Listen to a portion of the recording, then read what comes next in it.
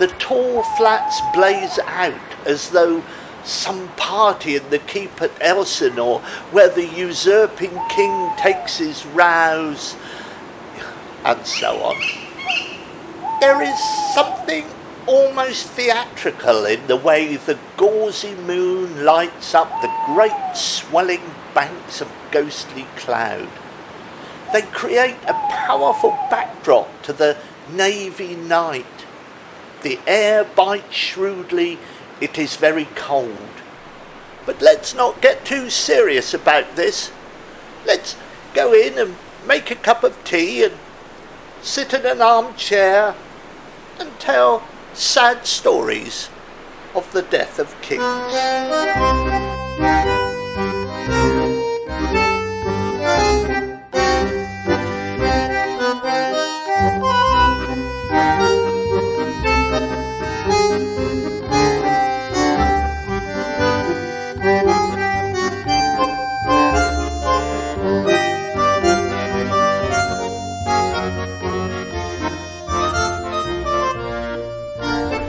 Hello, I'm Peter John Cooper.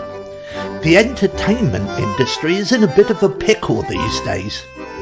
Well, let's remember what it was like going to plays in the old days when everybody was discovering the joy of theatre again after a long break. Will you move aside? Sometime at the end of the 17th century, the critic Leonard Smallpiece wrote a scathing diatribe against the newly reopened theatres.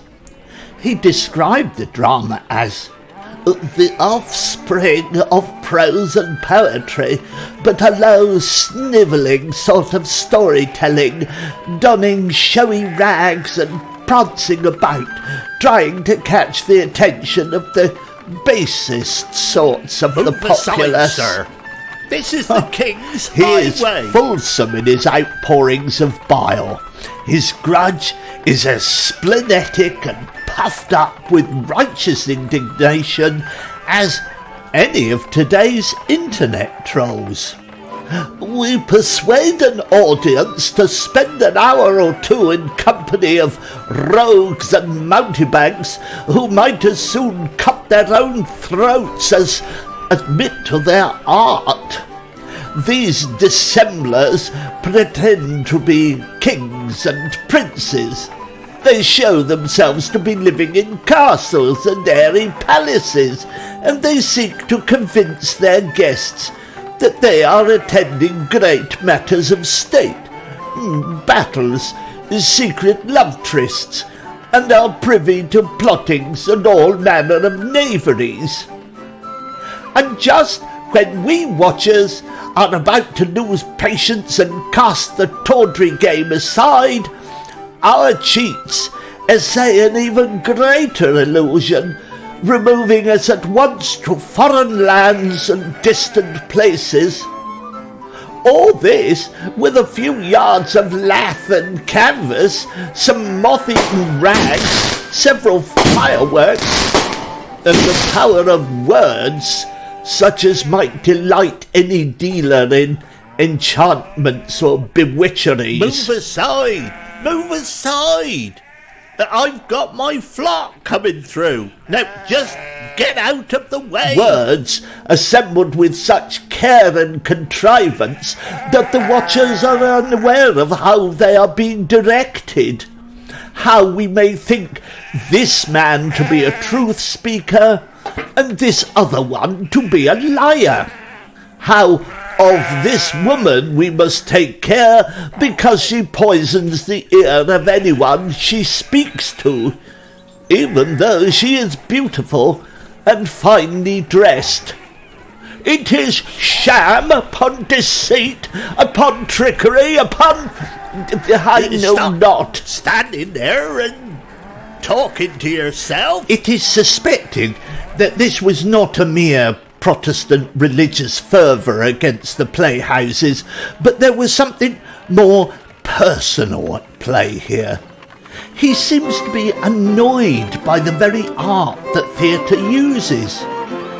In those newly opened playhouses, these illusions were as powerful and disturbing as any blockbuster movie you can see on Netflix today.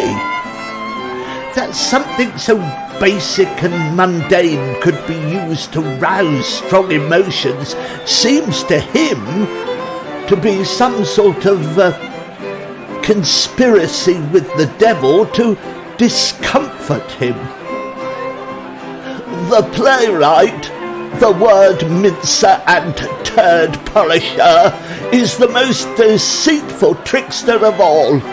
He will tell you that this is so when it is manifestly not so, and you will believe him.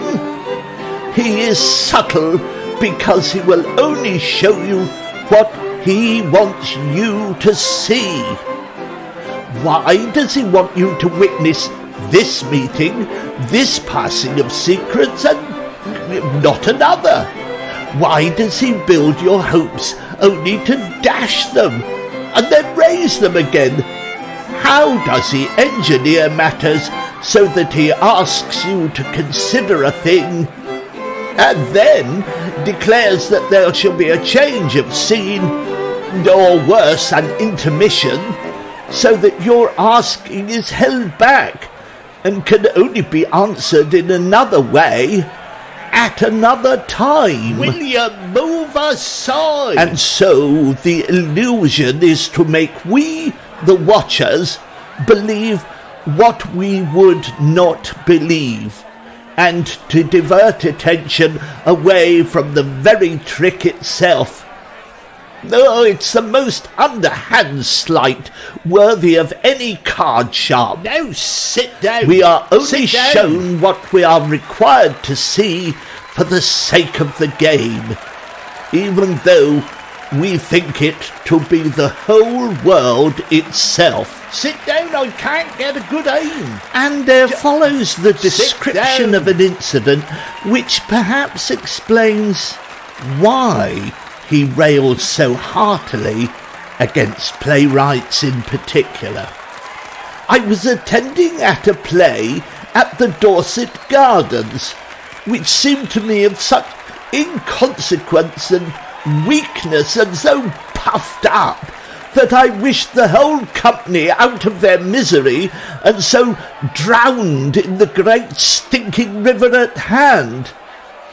In one of the tiresome interludes, when they tried to intimate a trip to the Indies or somewhere equally as barbaric, and the musicians were as out of tune with their music as I was with the sentiment of the piece, I bethought me to avail myself of a piece of fruit from an apple seller. There were crowds at all such merchants, but in the most part these were selling rotten goods that might be hurled at the actors as much as to sustain hunger or thirst. I attended upon a young maid of comely appearance, but when I reached her through the throng, her basket was empty. Seeing my fallen face, she said to me, "Come with me, sir, for I have a basket of Pippins outside, new come up from Bristol." I had heard of these excellent Bristol costards, or Bristols as they are referred to in these parts, so we left the playhouse and I followed her into a small lane or alley behind the building. "Well, miss," I said, "show me your Pippins." At once I was fronted by a man of rough appearances, who appeared out of the shadows. What business have you with Jane here?" he said. "I merely asked for a sight of her Pippins." At once the ruffian set upon me with a stick or cudgel until I fell to my knees. "No, sir," he said, "you may not set eyes on Jane's codlings." "I am, sir, a man of honour. I came with honest intent." "Well, we shall see if you have Honour or not, I shall see your purse first. And I, being in fear of my sovereigns, no less than my life, said that I had none. What? No purse? How were you to pay for Jane's golden delicious? Oh, come away, Samuel, said the maid. I have many more customers. They all have fat purses. And they left to go back into the playhouse, but not before the oafish fellow had belaboured me some more. And I saw then that the cudgel was a sort of crutch he used to walk with. His fury was not abated by the fact that he had but one leg. I shall remember you, sir, I said, as he employed his crutch about my head and shoulders. Indeed you shall, sir, says he, for my name is Samuel Foote, and I am the playwright of this company. Ah, I said, for my wit had in no way deserted me. You are rightly called Foote, for you have but one of them to creep about with.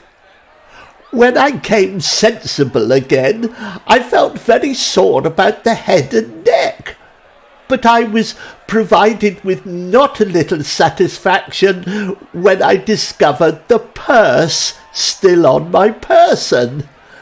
I had used an untruth, the very traded wares of the playwright against him, and had bested the rogue. And indeed, with that, and my witty rejoinder about Foote's foot, I had proved that I was the equal to, or indeed the superior of, any common wordsmith or playwright. I was also not so incommoded that I could not witness the end of the performance, which comprised the deaths of the whole company in such a bloody manner it satisfied me greatly. That this entire farrago was the work of Foote, I was in no way surprised, because playwrights are the lowest of all that verminous tribe, and know only one way to go about their business. However, there was then a pretty jig to follow, which went some way to relieving my aching bones. But if you value your sanity and your skull, I would urge you to stay away from the drama at all times. Well, thank you for listening to this tale. I suppose we must all be on the lookout for word mincers and turd polishers today, but I hope that in the future you will ignore the advice of Smallpiece and still find time to enjoy the magic, rumbustious world of the theatre. And a special thanks to my friends City Waits for the music.